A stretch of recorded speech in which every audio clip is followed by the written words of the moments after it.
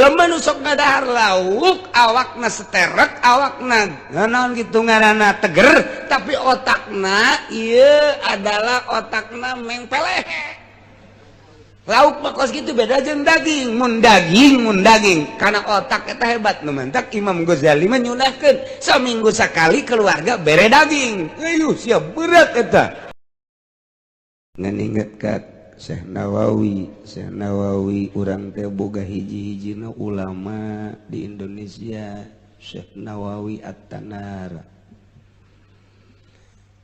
hiji ulama nu terkenal di mancanagara kelas internasional mulai tandingna Syekh Nawawi mah ulama zahiran wa batinan pernah anjeunna maot sagesna maot kuburanana digali peraturan raja saat eta bagi makam-makam anu geus kitu 1 tahun na ieu kudu digali dihijikeun tulangna ye jang kuburan anyar deui memeh dijieun logak-logak instruksi raja saat eta seperti itu galilah kuburan dihijikeun pas Syekh Nawawi At-Tanara digali beleger kene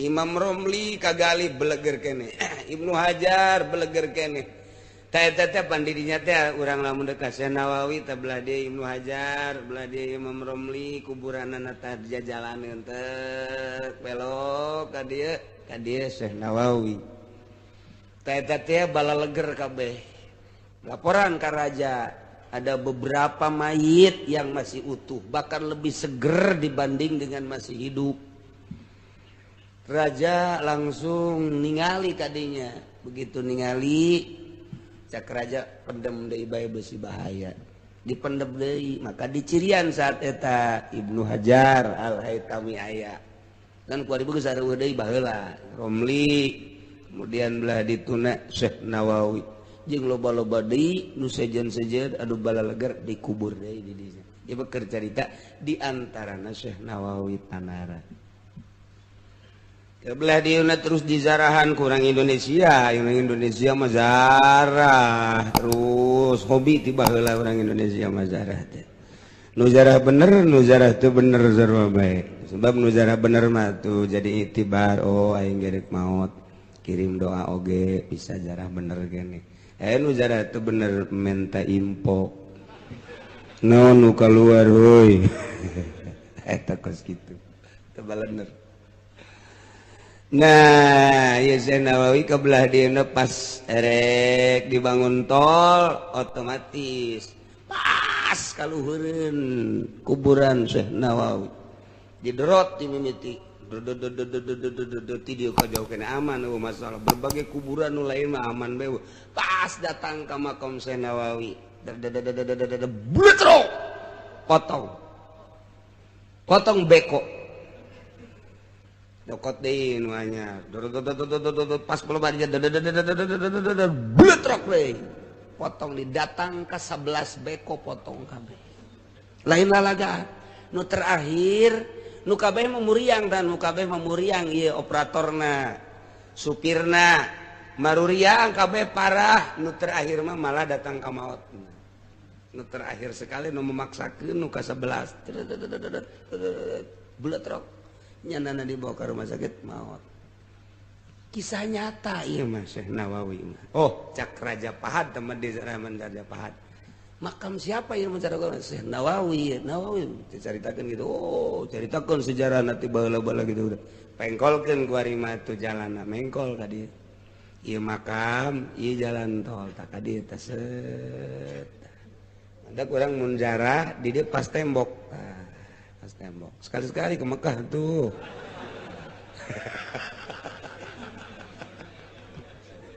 aduh Gusti Allah eta Syekh Nawawi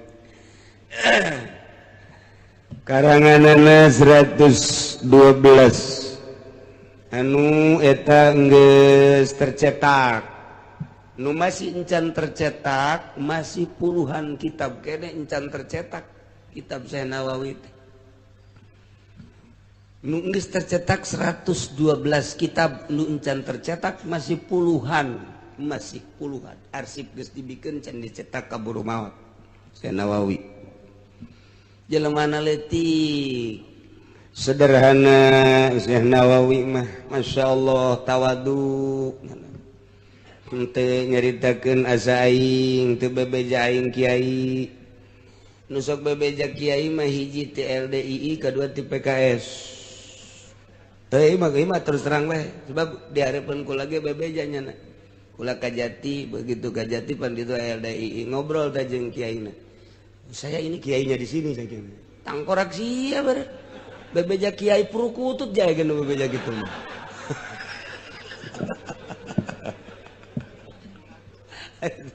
Kedua orang PKS kumpul di mata ngomong menyaritakeun nyana PKS balah DPR PKS di ditu di Kulon. Dedet beres nyaritakeun saya kiai PKS. Nah, saya kiainya. Aduh budak cabokeun doang cek urang. Kiai si bebeja. Teu kudu bebeja jadi kiai mah kumaha engke bae. Ieu kanyahoan ieu polisi ge teu kudu bebeja ge kanyahoan ieu polisi. Abri teu kudu bebeja ge kanyahoan. Kiai ge kanyahoan. Oh, horeng kiai Golkar atuh kanyahoan. Ieu orengan anu sok ngarusak kakiaian teh ieu. Aing greget jasa buku ka Golkar mah besok. Syekh Nawawi ieu mah keur carita kakaget bae di dunia teh ulama Turki, Pakistan, India, Mesir kaget neuleuk karangan-karangan Syekh Nawawi terutama tafsir Munir. Waduh lindek dibacana istimewa. Begitu ia dibaca ku ulama Mesir kaget nyana. Di suratan teh Syekh Nawawi teh begitu ditanyakeun urang mana Syekh Nawawi, urang Indonesia. Di mana Indonesia nak kronjo. Weh, kronjone saking pundi ge? Saking Tanara. Weh deh, iya tah eta kos kitu tah. Percis Jawana mengkonon tuh. Aya wedehan, wede. Itu we tah rajeg ka ditu geus. Mulai ti rajeg we geus ka ditu terus. Ya Jawane ana wede ge. Ya Allah. Cek urang Mesir teh, oh ieu mah pinggir laut. Basisir bener.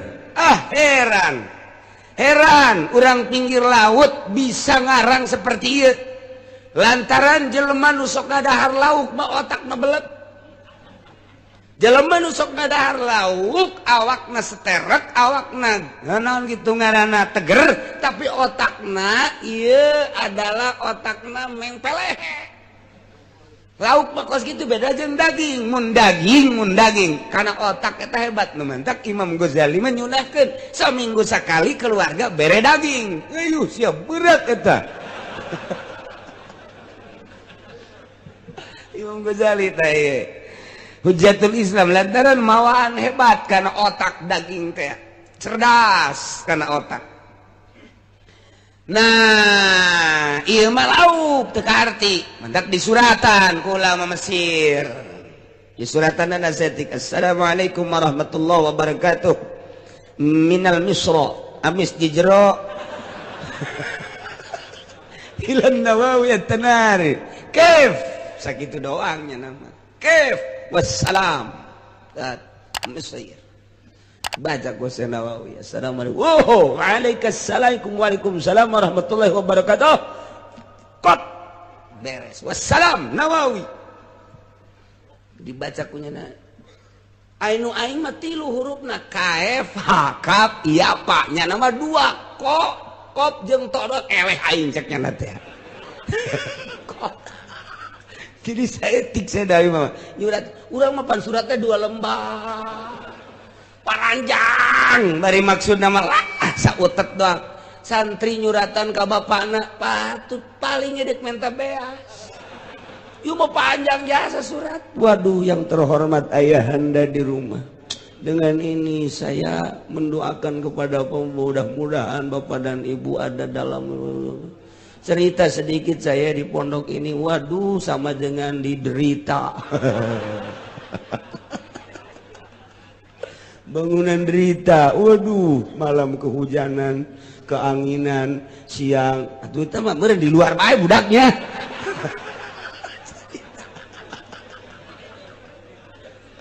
Hitung tunangan seetik doang, tidak ada lain. Terakhir minta beras, bah. Ya Allah, jak bapak nanti tak tadi bae tuh. Panjang ting dah surat panjang ting. Kok ai surat cinta mah panjang wajar. Cinta mah panjang teh wajar surat cinta. Berlayang tak bersayap, berjalan tak berkaki. Kamang-mang ya. Datanglah sepucuk surat ini ke hadapanmu. Di tengah malam yang sunyi aku buat surat ini, disertai dengan suara cecak ya dan lain sebagainya. Tetapi aku ingin mengutarakan isi hatiku, tetapi tidak sampai.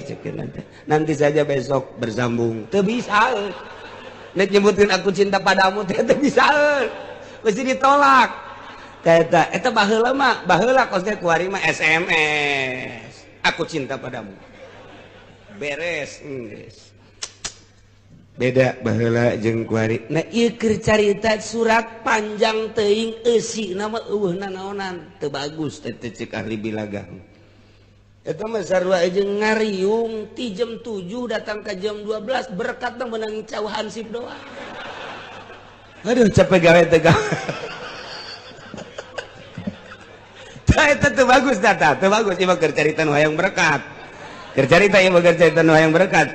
Ai kieu mah ngariung jam sabaraha? Bada Isya, geus datang ka dinya. Langsung bae geus, langsung beres. Amin amin. Geus bae bubar bae. Masyaallah berkatna katuhu kenca.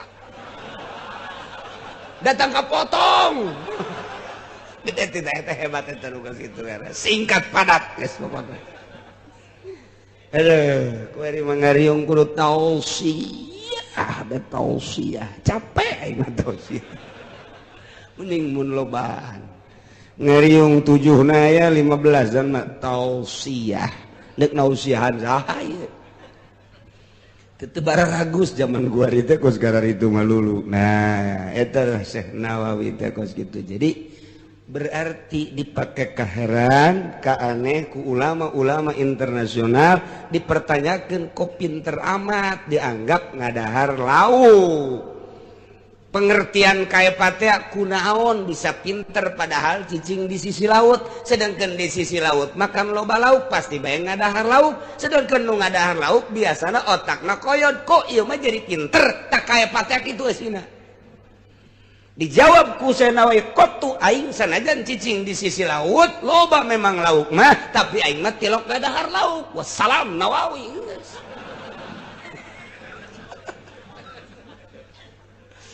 Ya Allah. Tak aya beti Syekh Nawawi mah jampe pantang lauk. Mun santri belet otakna ku kiai dibere baheula mah aya wiridna Allahumma ya aliyu Allahumma alimni ya alimu alimni ila kaza wa ya mubinu baini ila kaza wa ya kabiru wa ya kabiru kabirni ila kaza dan seterusnya eta teh jampe paranti pantang laut pantang laut 40 poe ulah ngadahar laut meunang ngala ai meuli mah di warung los. Coba teh akur-akur aya burung. Ulah ngadahar laut. Eta kae santri. Ngadahar ai ka kiai na bareng 5an. Ai nu 4an mah biasa teu ngadahar nu saurang ngadahar. Pan sia ngadahar lauk. Emang tepat patang aing. Pan sia ngadahar. Teu meunang nang sorangan. Nang batur-batur teh naon. Sia kos-kos dalilna dina Al-Qur'an. Mana? Tuh. Uhilla lakum saydul bahri wa ta'amuhu mata'an lakum walis-sayyarat. Meunang nu halal nu keur ihram ngadahar lauk mah meunang. Atuh sia deuk pantang naon atuh ka kiai. Eta mah nang batur teu meunang, nang sorangan nang batur mah teu naon. Aku masih aba atuh. macam-macam di pondok aya nu pantang lauk cak kiai teh meunang ngadarna naon geus endog mah ngadahar ya sia teh pantang lauk endog endog paling lauk endog ngaranna ge heuh sarua bae endog teh bisa endog mah meunang ulah ge bebereumna puputina mah meunang udah nu maksud pantang lauk teh mutih geus ngadaharna ulah ngadaharna sangu bae jeung uyah mah teu naon digoreng ge masalah uyah mah sangu jeung uyah dagingan saeutik masalah ge eueuh kuari pantang lauk kitu teh eueuh tapa-tapa riadoh-riadohan carang santri tah eta jadi Syekh Nawawi mah saumurna teu ngadahar lauk teu mentek pinter otakna masyaallah iyalah Syekh Nawawi hebat ya dipakai ka aneh kabeh ku urang Mesir kunjungan Syekh Nawawi ka Mesir bareng jeung Ki Abdul Karim Ki Abdul Karim make jas make sorban Syekh Nawawi mah make kopeh hideng dengdek leting mah make baju gejore pan anu diciuman eta Abdul Karim waduh cek Syekh Nawawi teh aing padahal kiai nama tawadu jasa Syekh Nawawi masyaallah begitu ditanya masalah nah iya sia ayo sia bongan make jubah sia tanya masalah atau teter begitu teter kaget maknya bisa ngarang teter teka arti nu bisa ngarang bisa teter kieu ya otomatis keluar deui ka jero heula teu dibeja aku bahwa kiai nu ieu jero ganti pakaian nu tadi teh dipake ku Syekh Nawawi sarua geus leutikna pan akur leutikna mah keluar deui begitu keluar bagaimana puncak ngomong urang mah masa-masa kieu banyak pengarang bisa teka jawab ieu karangan naon hartina berarti kan nu ngarang teh geus menguasai 12 paham cek Syekh Nawawi tambah deui ayo kuari mah penganun dek nanya-nanya silakan bertubi-tubi terus dijawab cek ulama tadi mah bodoh pan gue mah pinternya tah jadi henteu ngisinkeun mun kuari mah sia sakitu bete bisa awas geus kuaing henteu nyalalin heula ka sisi abe pamorna sarua jadi pamor teh henteu silih dedetkeun mun kuari ulama kuari geus nya teu bisaeun ka dieu make jubah sia kuari mah urang kuari kos kitu da pagawean teh saya nawe teh sopan kalau teh gitu begitu aya kiai anu heran ka Syekh Nawawi sanggeus heran aya nu teu percayaeun jelema leutik kieu pinter aya teu percaya cakiana teh pasti ngan seukur hebat batinna doang zahirna doang can puguh batinna mah eta pan kanyahoan ku Syekh Nawawi kanyahoan teh ku Syekh Nawawi aya jelema pikiranna kos kitu teh tah ka Syekh Nawawi kan kanyahoan Syekh Nawawi mah teh hese begitu kanyahoan buka sorbanna kopeana dikitukeun dret ya oyag tah bangunan cakiana dikiekeun deui beres deui cak kudu dijawab tuh menang sambarangan kopea dengdek milu dengdek bangunan eta Syekh Nawawi ngalalakon-lakon gitu Masya Allah lain bantrak-bantrak ini orang mah kopea dengdek datang kak biasa-biasa bae orang mah aduh Masya Allah malah mah disengserikeun Bang Bara dengdek kopea sia tah pangaruh Syekh Nawawi mah ngadengdekeun kopea bangunan dengdek drek wayang gitu kan. Woi, tuh. Kieu kan deui rapih deui. Geus. Ya Allah. Teh urang bangga boga ulama model Syekh Nawawi. Masyaallah. Kitab nu kurang dibaca ya Sapinah, iya Riyad, terus berbagai kitab-kitab mun eueuh Syekh Nawawi. syariatna hese memahami fikih, hese eta urang memahami eta berjanji ya Allah hese jasa. Tapi ku Syekh Nawawi mah dibongkaran kalimat per kalimatna, dilempengkeun istiarahna, majazna, dilempeng-lempeng karti bae kurang. Cacak-cacak eta Imam Ja'far nu ngarang berjanji henteu disarahan ku Syekh Nawawi, masyaallah moal ka harti. Moal bae kajen kumaha, tapi ku Syekh Nawawi dibongkar, dipretel, dimuprodat jadi bae ka harti. Aduh, alhamdulillah luar biasa. Lamun Syekh Nawawi dikubur di Tanara asana taneuhna beak, tanah beak kuno hajat nyokot,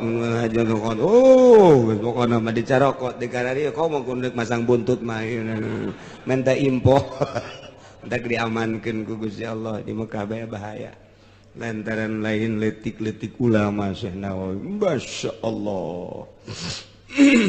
Jangan kuno boga, iya kuno boga naon perusahaan cetak kitab lantaran Syekh Nawawi henteu kanyahoan teangan yeuh ke Mekah di mana ieu Syekh Nawawi teh geus sugih jasa nu boga percetakan kuari geus dibikeun hartana ieu percetakan terus bae teu eureun-eureun mendunia di teangan Nawawina teu daek ngaku nya. Teu daek ngaku teh datang ka maot teu daek ngaku bae geus embung kunaon mah nu penting mah manfaat bae teu butuh saeutik-eutik acan ku dunia teu butuh. Namun kuari wow.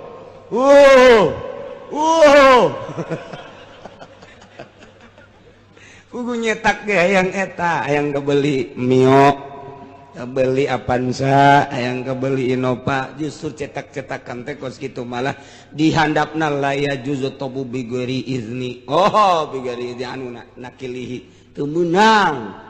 Gitu menyebar luaskan, fotokopi dan lain sebagainya tanpa ya izin. Mun bener eta ilmu pimangpaateun mah atuh mah enggak bae. Cara Syekh Nawawi. Ih, di urang mah tidak boleh. Awas, naon sebabna aset besi leungit.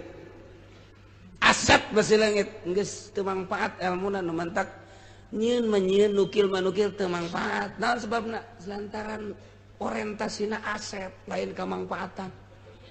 Lain kamanfaatan ilmu. Syekh Nawawi mah henteu hayang diteangan ku nu bogana. Ih tetep bae aya padahal mah nyumput nya nam besi kapanggih. Sika panggih ge aing diberejang naon eta duit isuk page toge pae sakiana jeung naon mending manfaat bae. Masyaallah. Mantak mejehna boga ulama model Syekh Nawawi Indonesia alhamdulillahirabbil alamin. Ye. Tengah dahar lauk Syekh Nawawi mah mulayan bae tu kuari urang ulah ngadahar lauk cek aki-aki teh atuh geus kolot aing mah anas ngadahar lauk henteu dahar teu ngeunah otak beuki bieu mending ngadahar bae. Alhamdulillah salatu wassalamu ala Rasulillah Muhammad ibn Abdillah wa ala alihi wa sahbihi wa mawala amma ba'd. Faqala Allah ta'ala fil Qur'anil Karim wa huwa asdaqul qailin. Bismillahirrahmanirrahim. Wa dzakir fa inna dzikra tanfa'ul mu'minin. Langkung tipayun urang sami-sami nyanggakeun puja sinereng puji ka Gusti Allah anu Maha Suci parantos masihan tina rupa-rupa nikmat ka urang sadayana terutama nikmat anu kacida pisan ageungna nyaeta nikmat iman sinareng Islam. Shalawat jeung salam mugia dilimpahkeun ka junjunan alam Kangjeng Nabi urang Kangjeng Nabi Muhammad sallallahu alaihi wasallam katut ka para kaluargina oge ka para sahabat-sahabatna rawuh para tabi'in atsbat tabi'in al mukarramun para alimil ulama para asatid para rekan-rekan seperjuangan waktu di dia khususna umumna para rekan saantero para tokoh masyarakat para santri wabil khusus pisan keluarga almarhum almaghfurlah nudina kesempatan ieu alhamdulillah almarhum almaghfurlah ngundang urang tina undangan almarhum tergerak hate urang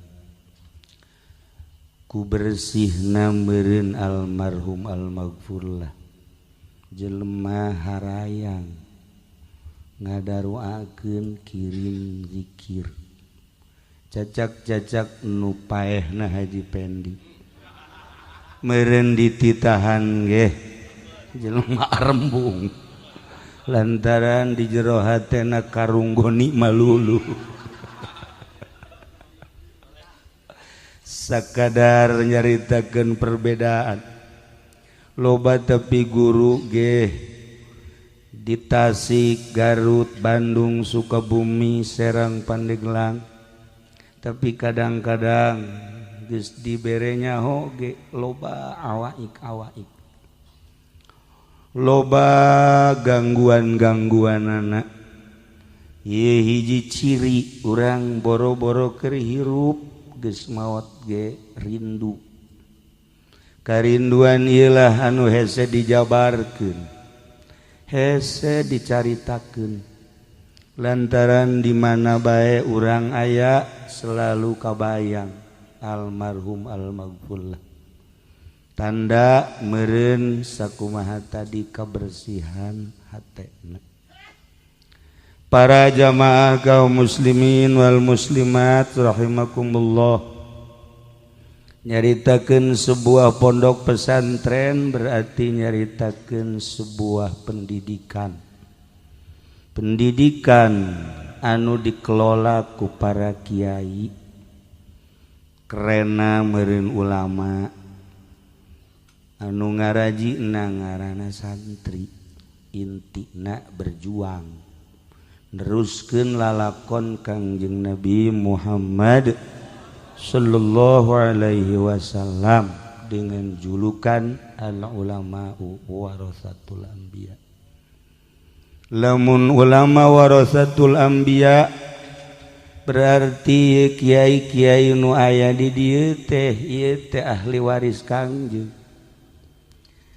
tapi lamun urang disebut ahli waris bunga sugan we di akhirat teh urang aya tirkah geus amin we Ki Nurjaya nyaho bener nyaho teh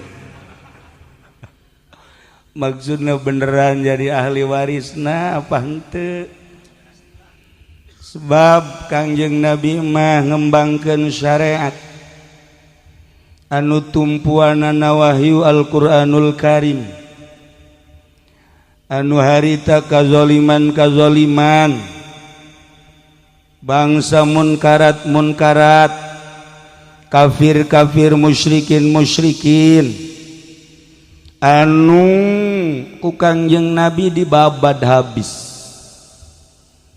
kelenteng gereja ku Kangjeng Nabi dirubuh-rubuhkeun ialah parentahan Allah melalui Al-Qur'anul Karim teruskan ku para sahabat para tabi'in atsbat tabi'in datang ke tahun 2018 ulama warasatul anbiya model Ki Nurjaya ngadirikeun gereja tanda tangannya na jeung Ki Jamal teu beres Ki Jamal lumayan lah malnya yang sambeli Fortuner pontonereun eta si gara-gara nama jeung Ki Fudoli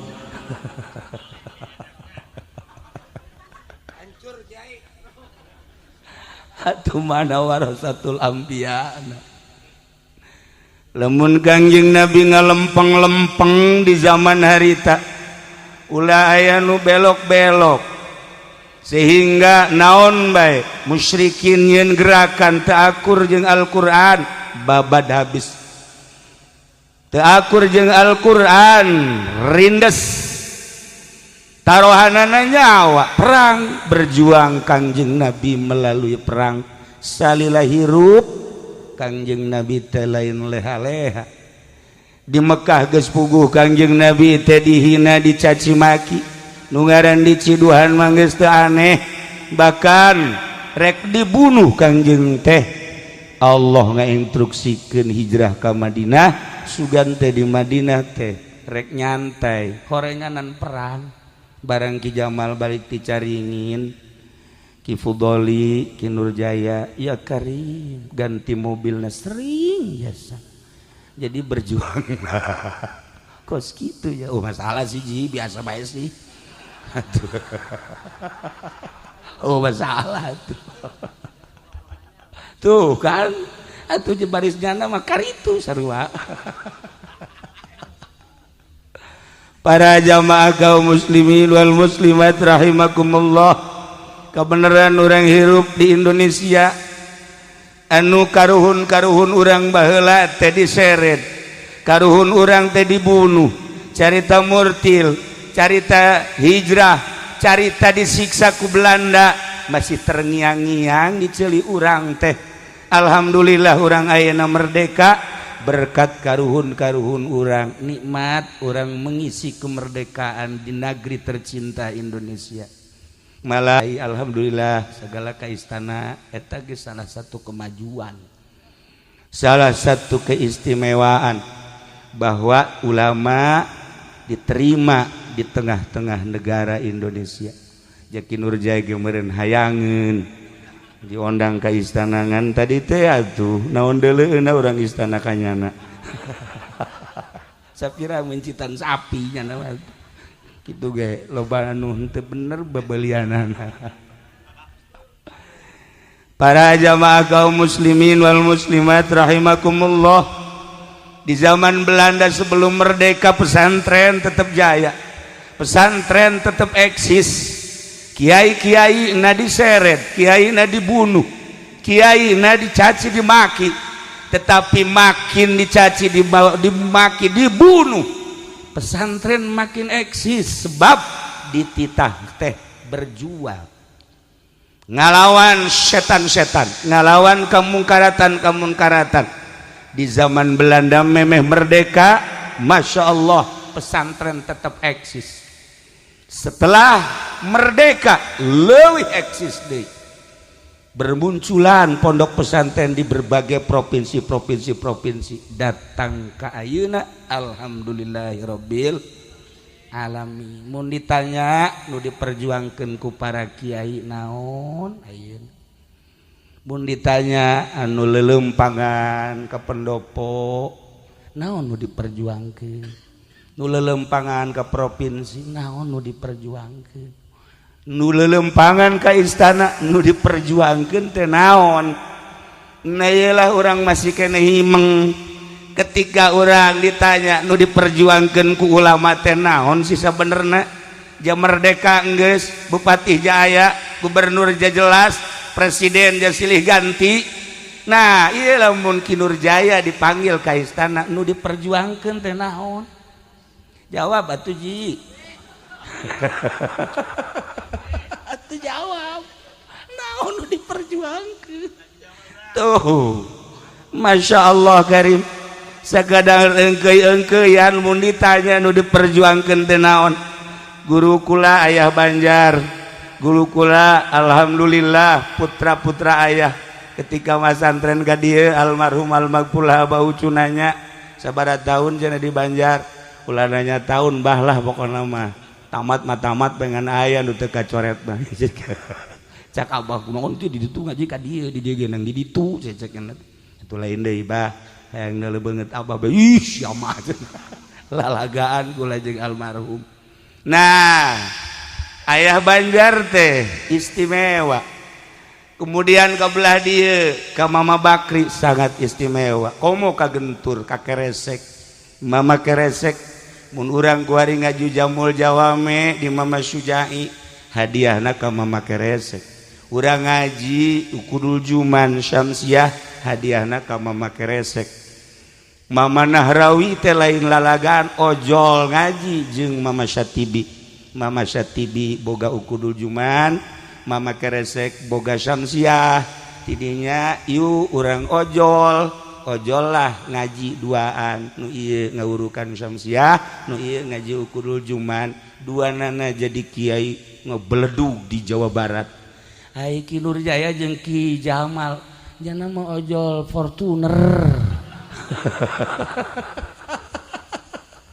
lain ojol ngaji mah geus bisa lah cenah mending ieu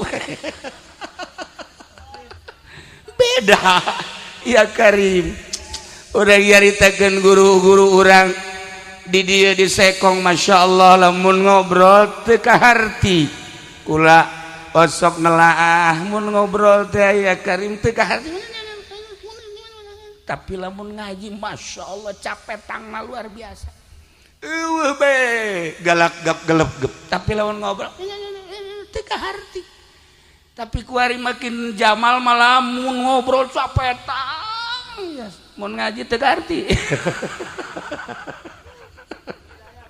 teu Ki Nurjaya mah leuwih tamanya ieu masa kadar nyaritakeun luar biasa guru-guru urang ulah malam Salasa sok ngaji ka Abuya jeung Ki Nur Hasan almarhum Ki Subandi Ceret jeung Kiai hiji deui sok mobil ulah harita dibere mobil ku almarhum Abah jeung paranti ngaji teh datang ka ditu teh Masya Allah luar biasa ngaji Bukhari ngaji naon kitu ngaranna ukudul juman dicoret terus kadang-kadang surahna teu akur jeung nu dibaca Buya mah nu dibaca eta surahna nya nama nyarekanan Haji Jamal eta kan eta Buya salah satu keistimewaan Abuya anu kula katangkep harita begitu kula zarah ka Gentur kula masantren di Picung di Aang Baden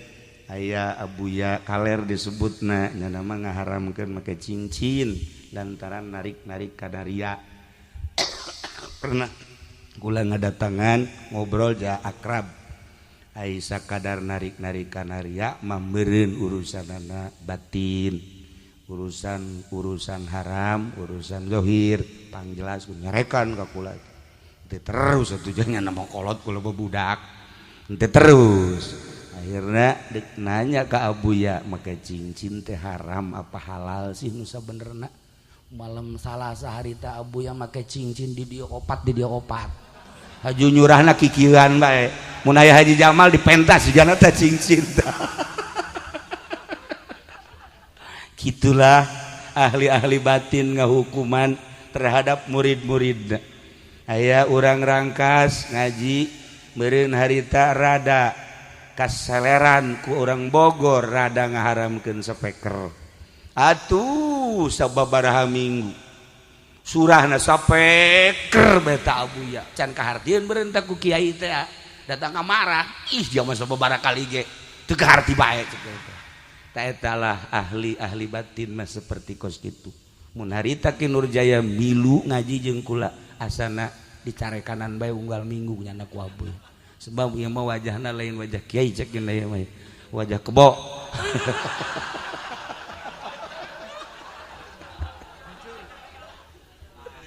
gitulah guru-guru urang kadieulah alhamdulillah sangat piawai kula sering lalagaan jeung almarhum sering heureuyan jeung almarhum lantaran meureun ngarasa bahwa kula pernah di Banjar kemudian almarhum atuh jeung Abah sangat erat akrab anu luar biasa kata waduanana nu pohara akhirna sanajan kula kitu non budak tapi diajak lalagaan baik terkenanglah di hate ngaguru sanajan sakedeung pinuh ku katawaduan kapiawayan anu luar biasa.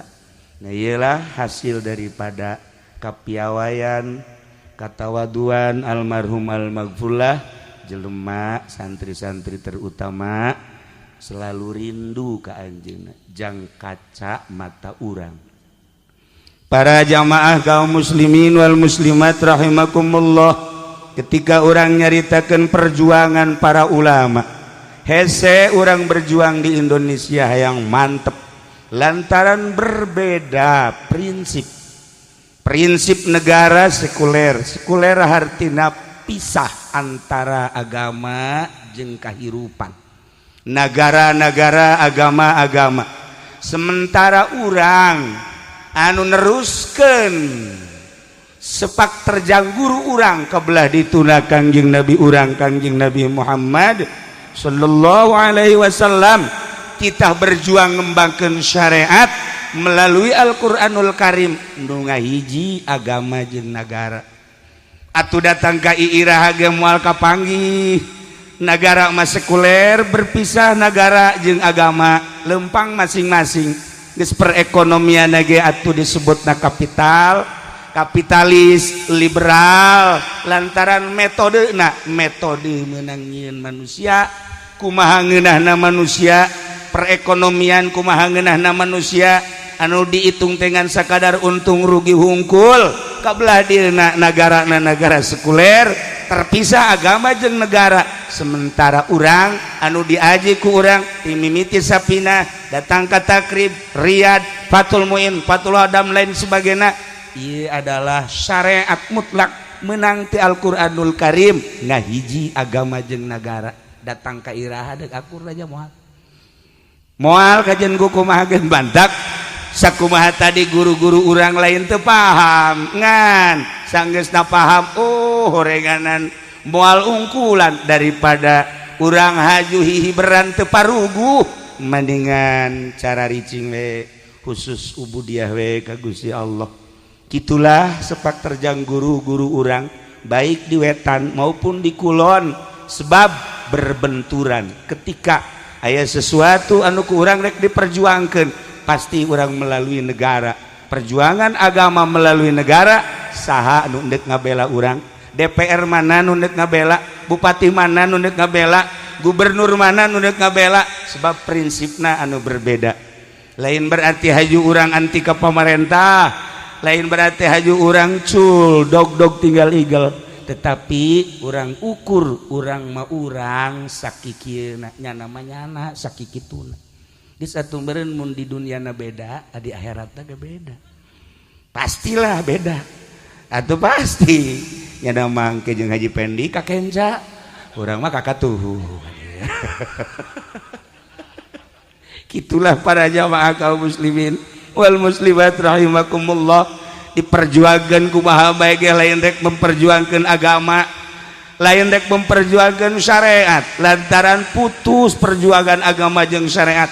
Setelah ku urang diteliti jeung dikaji, baca ku urang, ngobrol urang, telaah ku urang, moal kapanggih datang ka kumaha oge. Geus sabaraha menteri nu talar Quran, sabaraha gubernur talar Quran, di DPR teh talalar Quran, tetapi Quran tinggal Quran lantaran kandas eueuh nu rek memperjuangkeun agama di Indonesia. Hanya ieu nu memperjuangkeun agama. Innalillahi ibadan sayyidina Gusti Allah ngabogaan hamba-hamba anu hamba-hamba eta berbeda jeung nu sejen nya nama anu selalu diciptakeun ku Gusti Allah teh jang hadaman Allah, anu diciptakeun ku Gusti Allah teh jang cinta ka Allah, anu diciptakeun ku Gusti Allah teh jang bener-bener rindu ka Gusti Allah, anu diciptakeun ku Gusti Allah teh jang tingalieun umat bahwa nyana adalah bener-bener memperjuangkan Allah di tengah-tengah jelema, tengah-tengah masyarakat, tengah-tengah negara anu keur teu memperjuangkan agama tapi cul bae. Ya Allah, aya Kiai Haji Jamal memperjuangkan agama jeung Ki Fudoli unggal peuting beda-beda panggung. Suganteng perjuangan agama horenganan ganti mobil. Masalah siji biasa bae sih. Alhamdulillahirabbil alamin ku sakitu ge geus luar biasa. Nah iyalah para jamaah jang sakadar gambaran jang sakadar gambaran oh gitu horenganan manta kaju Mama Bakri cicing Ayah Banjar cicing Mama Syatibi cicing Abuya lain teu paham haju cicing di dieu almarhum almaghfur lah haju cicing Abah almarhum teh keur mah aya tetesan-tetesan kenegaraan tapi haju kabelah dia na cicing haju ki Nurjaya ge cicing na mah tah odop saudara lain teu jaho nya seperti eta jang sekadar skema gambaran yuk urang berjuang melalui pondok pesantren pendidikan agama anu dilanjut ku para kiai-kiai anu terus tiba heula datang ka ayeuna encan pernah putus di Indonesia. Urang bersyukur alhamdulillahirabbil alamin. Nah lamun urang ngadengekeun tadi naon kitu ngaranna alunan suara Kiai Badus Salam mun tadi nyaho kitu mah duetkeun jeung Haji Pendi gula hayang nyaho duet kitu tah kumaha coba reaksina nyada di jalan ge geus ngomong bae we Badus Salam bejaan duetkeun cek kula teh lain diduetkeun adukeun habak suara eta sangat mendukung ketika urang maca Quran tambah ku makharijul huruf ditambah ku seni-senina geus jelas Kangjeng Nabi nitah abeh urang teh betah maca Quran teh urang ngadengekeun Kiai Badus Salam Kiai Rajib jeung nu sejenna abet teh betah coba ngadenge si eta coba ya 5 menit bae asana peureup daratang mah aya nu ngeunaheun ngajina aya nu ngeunaheun cicingna nah isi mah ngeunaheun cicing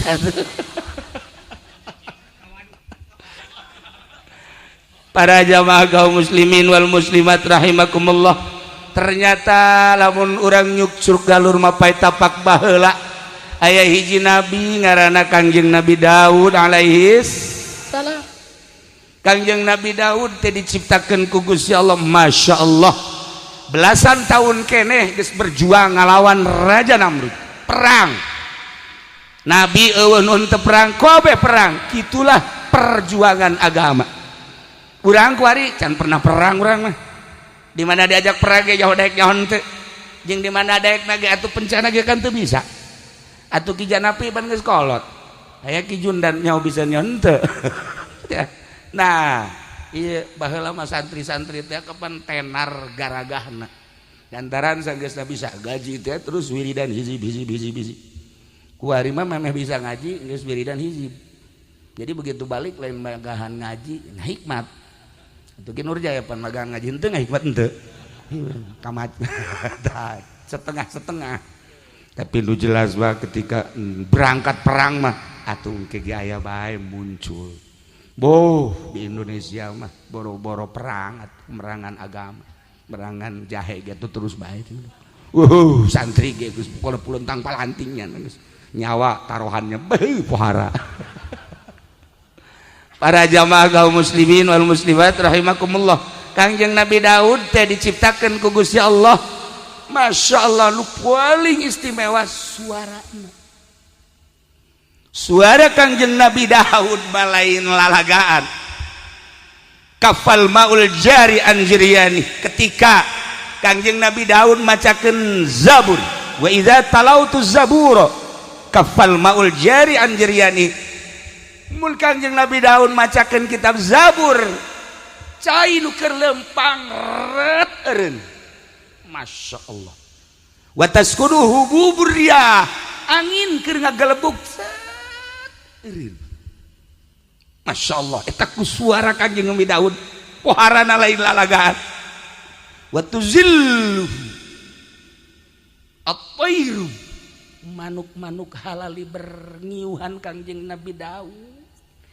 diunggal-unggal tempat ku nikmat-nikmat ngadengekeun suara Kangjeng Nabi Daud wa tatuful wuhush fi mihrabi eta manunggaran hewan-hewan ti mimiti jangkrik simet ucing munding segala sapi geus ngeriung ngadengekeun suara Kangjeng Nabi Daud nikmat luar biasa indah maka Kangjeng Nabi nyaritakeun engke urang di surga bakal dihibur ku suara Kangjeng Nabi Daud alaihi salam. Ieu urang bakal ka surga kabehan. Bakal lah manya pamarentah nu ka surga. Ya urang lah kecuali ieu hiji. Cantang tuh.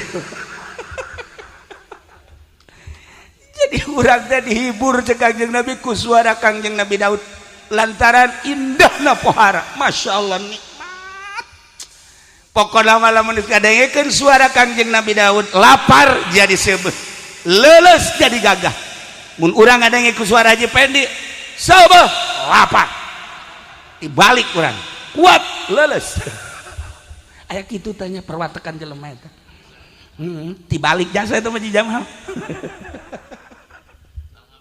Masya Allah ya Kangjeng Nabi Daud pohara. Diundang ku masyarakat Kangjeng Nabi Daud teh di samping ngadakwahkeun Zabur teh hayang ngadenge suara Kangjeng Nabi Daud alaihi salam. Ribuan manusia ketika Kangjeng Nabi Daud macakeun kitab Zabur. Disiapkeun tempat teh jang hewan-hewan, disiapkeun tempat teh jang kitu jin-jin, seluruh makhluk-makhluk ngadengekeun keindahan suara Kangjeng Nabi Daud alaihi salam. Nu modelna ketika selesai macakeun Zabur, masyarakat langsung tunduk maca 2 kalimat syahadat. Ialah maziah Kangjeng Nabi Daud alaihi salam. Tetapi ngaran ge manusia tengah-tengah keistimewaan Kangjeng Nabi Daud alaihi salam. Begitu Kangjeng Nabi Daud macakeun surat Zabur, cai nu biasa eureun teu eureun. Manuk nu biasa halali bercaricing di luhur, ieu mah endahan ngararising hiber jauh. Kitu kene sato-sato hewan atuh tata dina ngeriung di Kangjeng Nabi Daud alaihi salam. Saat eta masya Allah hewan sing belecir teu daek gadengekeun. Urang lamun nyaritakeun Imam Haram aya urang Garut Kiai Siroj jadi Imam Haram Mekah, masya Allah pernah nyana jadi imam ruku sujud ruku deui makmum masih keneh nangtung keneh bae percis ki soleh Banten. Jadi di Indonesia nu suarana bagus teh loba nu sabenerna mah nu dipasang di Mekah. Konon ayeuna aya deui nu terpilih insyaallah nu bakal jadi imam haram urang Indonesia. Kuari keur kompetisi di Mekah tina suara makharijul huruf lagam dan lain sebagainya tina 40 kori Indonesia aya hiji nu terpilih kuari keur digodog encan dimunculkeun ke bakal timbul jadi imam haram insyaallah. Ialah Raja Salman nu ayeuna turunan ti mana? Turunan Ki Ahmad Khotib Syambas Kalimantan. Nah masih kena digodog ayeuna ge aya kekurangan saeutik deui mah tetapi geus lulus jadi nilaina kudu 90,100. Nah ieu nilaina 89 kurang hiji. Nah hai Ki Jamal nilaina teh nya nama teu kudu 100 menang 30 bae ge lulus tapi menang 3 doang teu lulus kudu diduetkeun jeung Ki Nurjaya di luhur kebo tapi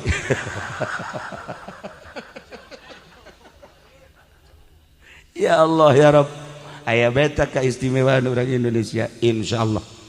Nah Kangjeng Nabi Daud ngahuleng aya naon ieu cek Kangjeng Nabi Daud suara-suara ieu keneh jelemana aing keneh haju diangkat nabi ku Gusti diangkat rasul ku Gusti kunaon ieu jadi kieu bacakeun deui ku Kangjeng Nabi Daud masya Allah nu kamari mah cai teh sakadar teu eureun kuari mah kenceng teu daekeun ngadengekeun manuk kitu keneh satu hewan sing belecir teu daekeun ngadengekeun ajib heran Kangjeng Nabi Daud saminggu manehanana tadarru ka Gusti Allah tahazzun wa tahassur ya Allah ya Rabb aya naon naon ieu teh terus Kangjeng Nabi Daud macakeun deui lain makin mantap tetapi makin ditaringgalkeun jelema geus teu dangarekeun ngadengekeun nu tadina diondang nyana ku masyarakat ku ari mah geus eueuh nu ngondang nu tadina ketika nyana macakeun masyarakat ya Allah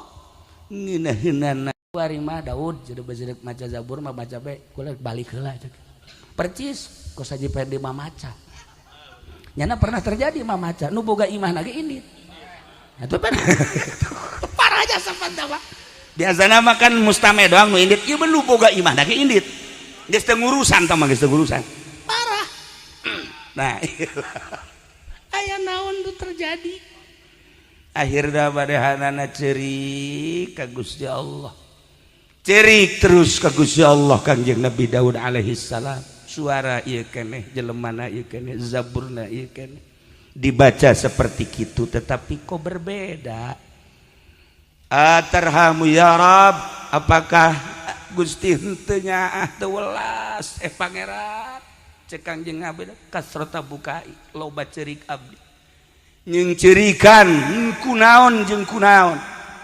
bertanya-tanya Kangjeng Nabi Daud teh tapi can dijawab bae ku Gusti Allah teh nanya deui ka Gusti Allah can dijawab nanya deui ketika Gusti Allah ngajawab hei Daud boro-boro pangkat maneh aing nyiptakeun Adam di sorga manusia nu pertama ku aing diistimewakeun sagala rupa sorga jang Adam setelah eta keung nyana sorangan diciptakeun ku aing pamajikanana nikmati ku maneh ta sorga jeung pamajikan maneh asal ulah maksiat sia ka aing cek Gusti Allah ketika Kangjeng Nabi Adam menikmati segala rupa di sorga digodalah ku setan maksiatlah menurut zohirna Kangjeng Nabi Adam Kangjeng Nabi Adam dikutuk ku Gusti Allah turun sia Adam keluar sia ti sorga Adam bawa pamajikan sia ulah mawa sahlaipun pakaian sorga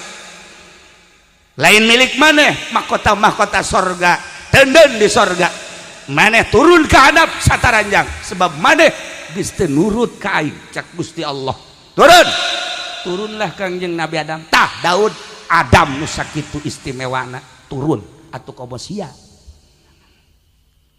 Kangjeng Nabi Adam ngahuleng mantak horeganan suara teh suara bae makrod mah makrod bae ilmu mah ilmu bae maziah mah maziah bae ketika orang boga salah ka Gusti Allah teh saeutik koreganan boro-boro kakarak ustad boro-boro kakarak kiai dikiaikeun ge nyaho bener nya henteu Kiai Haji Nurjaya Ustad Haji Jamal Ustad Bajingan Fudoli tambahnya nama dua jeung bajingan eta kakarak ustad kiai sakitu geus jadi mama ge Masya Allah karim maziah tinggal maziah sinar ilmu dicabut ku Gusti Allah eueuhna naonan sakumaha tadi majelis sakitu gedena pasantren sakitu agrengna tetapi maziah dicabut ku Gusti Allah percis kos dicabutna maziah suara nu aya di Kangjeng Nabi Daud alaihi salam langsung Kangjeng Nabi Daud ceurik ka Gusti Allah cek Gusti Allah maneh kunaon inget ka kaulangan sakadar inget hungkul teu inget kada dosa jeung kasalahan anjeun aing mah teu kudu diinget-inget geus sia inget bae komo aing teu diinget ge aing mah inget bae ka sia tuh Gusti Allah ge geus pohara ka Kangjeng Nabi Daud ingetkeun dosa nu terjadi di diri maneh supaya maneh bisa tobat ka kaula sinar ilmu jeung maziah wahyu bakal dikembalikeun deui ka anjeun wahai Daud ieu teh si horeng meureunanan jang urang sepira urang ai Kangjeng Nabi Daud mah nabi babari meureun tobatna tetapi ketika orang ningali di saantero Garut Tasikmalaya Bandung Cirebon Masya Allah loba kiai anu istimewa ditaringgalkeun ku santrina encan introspeksi diri aya naon sih di dirina jelemana nyana keneh ilmuna istimewa jeung teu kumaha tetapi kok embungeun sih jelema istifadah karena ilmu nak teu hayangeun ngadengekeun.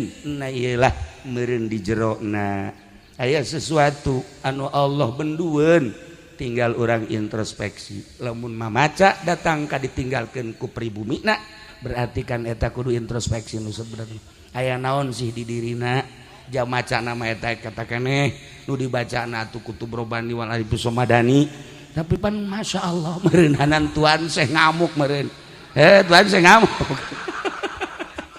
Iyalah para jamaah kaum muslimin wal muslimat rahimakumullah sekedar jang gambaran kade suara anu bagus di Kangjeng Nabi Daud nu dicabut keistimewaan Kangjeng Nabi Adam anu Kangjeng Nabi Adam diturunkeun kemudian loba buya jeung mama-mama komo kakara kiai jeung ustad mah anu dicabut ku Gusti Allah maziyahna encan kukumaha tinggal introspeksi diri aya naon di diri urang maka urang cari coba teangan coba naon kasalahan-kasalahan urang aya dokterna dicoba urang datang ka dokter anu bisa nganyahokeun sebab kula bagi kula kadang-kadang hayang seri kadang-kadang kaget kadang-kadang mah jib kumaha kaajibanana baheula di zaman Gus Dur selalu nyahueun bae kemudian ku hari ka Habib Lutfi naon bae nu terjadi kadang-kadang nyahueun ieu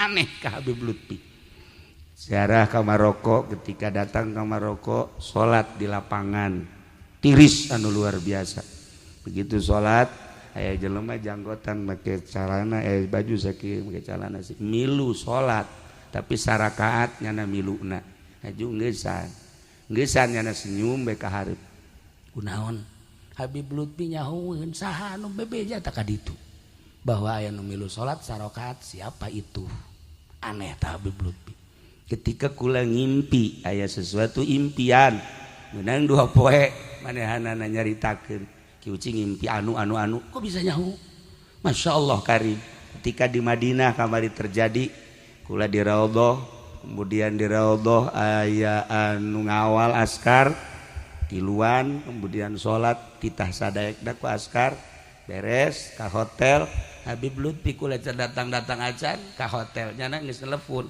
tahu enggak itu askar siapa yang ngawal saya bisa nyahuan gitu nah iyalah meureun aya ahlina nu nyahueun kana kasalahan urang mun dicaritakeun tentang nyahona luar biasa nyana mah kuari atuh lelempangan ka mamana ge masalah sebab hatena geus terubah keur carita-caritakeun lain hiji meureun di Indonesia meureun aya sababaraha anu model-model kos kitu na ieu urang besi boga kasalahan nu tadina boga kanikmatan ibadah kok tiba-tiba jadi henteu nu tadina bisa giat urang hudang ti peuting kok jadi henteu nu tadina urang maca kitab jadi ngeunaheun tadina kok kuari jadi belet nu tadina urang teu pati resep kana awewe ku kuari resep oh ini mah biasa tah mah watek tah mah oh masalah tah mah gitulah para jamaah kaum muslimin wal muslimat rahimakumullah sebagai gambaran sebab ieu teh ya ngan urang nu memperjuangkeun agama hartida urang teh kelas-kelas salafi nu sejen ngan sakadar caritaanana hungkul agama teh kabelah ditunang geus lain agama sakumaha skemana tadi gambaran kekandasan berjuang di Indonesia lantaran berbeda prinsip antara urang anu nyekelan salafi nu bener-bener urang memurnikeun syariat Al-Qur'anul Karim lalagaan ge lah lumayan gitu ke jamalnya kita urang lalagaan behelanan tapi lumayan urang aya di koridor eta dibanding jeung batur nu geus ngalengkahna luar daripada koridor eta tinggal urang diperbaiki besi aya kekurangan kejanggalan lain berarti haju urang silih tujah urang silih beresan silih rapihan silih nasehatan abeh urang mararaju kabehan sebab iyalah urang anu nyekelan syariat iyalah urang nu memperjuangkeun syariat di Sabang sampai Merauke salafi luar biasa mun kukula dijabarkeun kiai-kiai anu ceramah di Jawa Timur ceramah di Jawa Tengah kiai ceramah anu di Jawa Barat kiai ka salafi anu sebagian geus eueuh sebagian masih aya keneh. Nah ieu perjuanganna nu luar biasa jeung menarik nu sabenerna mah. Nah lamun diperbandingkeun perjuangan-perjuangan jeung kejahatan-kejahatan urang kuari inggis lantaran kainggisanana urang kan kuari keur dijajah. Lamun baheula dijajah melalui senjata kuari dijajah urang melalui politik. Urang kuari geus teu bisa kukumaha lantaran politik urang dijajah ku kafir, ekonomi urang dijajah, budaya urang dijajah. Geus nyana berhasil menjajah urang di bidang ekonomi, bidang politik, bidang hukum, bidang budaya. Urang makan jalan di tempat. Sementara birokrasi terus kumanehana diopenan, ganti presiden, ganti menteri, ganti presiden, nyana makin menjadi-jadi penjajahanana. Urang terlena jeung teu nyaho geus datang ka mana perjuangan nyana menjajah urang perjuangan urang geus datang ka mana urang kan teu nyaho. Kayalah sakitu geus urang mah urang bae, sakikieuna urang mah nu penting urang gabehan aya dina ridho Allah Subhanahu wa taala. Terakhir urang cinta jasa ka almarhum almaghfurlah, yu urang doakeun abeh doana babalik ka urang, mudah-mudahan guru urang dihampura sakabeh dosana, dilegakeun di kuburanana, dicaangkeun di kuburanana, dibere kanikmatan kubur ku Gusti Allah. Tur anjeunna ngadoakeun ka urang, mudah-mudahan urang disinaran ku Allah melalui doa almarhum almaghfurlah, sehingga kesalahan-kesalahan urang bisa dileungitkeun ku Gusti Allah, jadi cerdas otak urang, cerdas dina ilmu, cerdas dina ibadah, kablah dituna mah urang jadi ma'rifatullah wa rasuluh. Amin ya rabbal alamin. Guru-guru urang di dieu khususna urang doakeun mudah-mudahan dibere tawakal jeung kasabaran tur kakuatan sehingga eueuh deui di Kabupaten Tangerang dik masantrenkeun ka mana iwal ti ka dieu jang Fatul Muin mah nu sejen-sejen ge aya sarua, mudah-mudahan urang doakeun pada kararuat deui. Nah jeung mudah-mudahan nunggu skala luar di pondok pesantren mana bae urang doakeun mudah-mudahan mabruk ilmu-ilmuna, bisa ngembangkan ilmu-ilmu syariat, ilmu agama aya dina ridho Allah Subhanahu wa taala. Sakitu pihatur tisim kuring hapunten tina samudaya kalepatan sareng kakiranganana urang silih doakeun kula ngadoakeun kula doakeun atuh ieu rewang-rewang kula nu mantak wani ge Kaki Nurjaya atuh Kaki Toib saking Ki Jamal sering kapanggih komo atuh Ki Fudoli mah mah geus jadi alo kula. Kemudian atuh malam Salasa kaparanggih bae ieu mah nu ieu mah Ki Wahab sagala, Si Zainuddin Ki Badu Salam malam Jumat gitu keneh, padahal mah diulah-ulah Ki Wahab geus teu kudu ngaji ka kula jeung mah kolot jeung lah teu barasa bara lengkah deui nya makan. Tapi ngaji keneh bae jeung sajabana sagala Ki Ator jeung nu sejen-sejena geus mererenan urang kuari sakali deui urang ulah aya suuzon, ulah aya pesimis, urang silih rojong, silih doakeun jeung urang silih pihanean sakitu. Wallahul muwaffiq ila aqwamit thoriq. Wassalamualaikum warahmatullahi wabarakatuh. Allahumma shalli wa sallim ala sayyidina Muhammadin fil awwalin wal akhirin.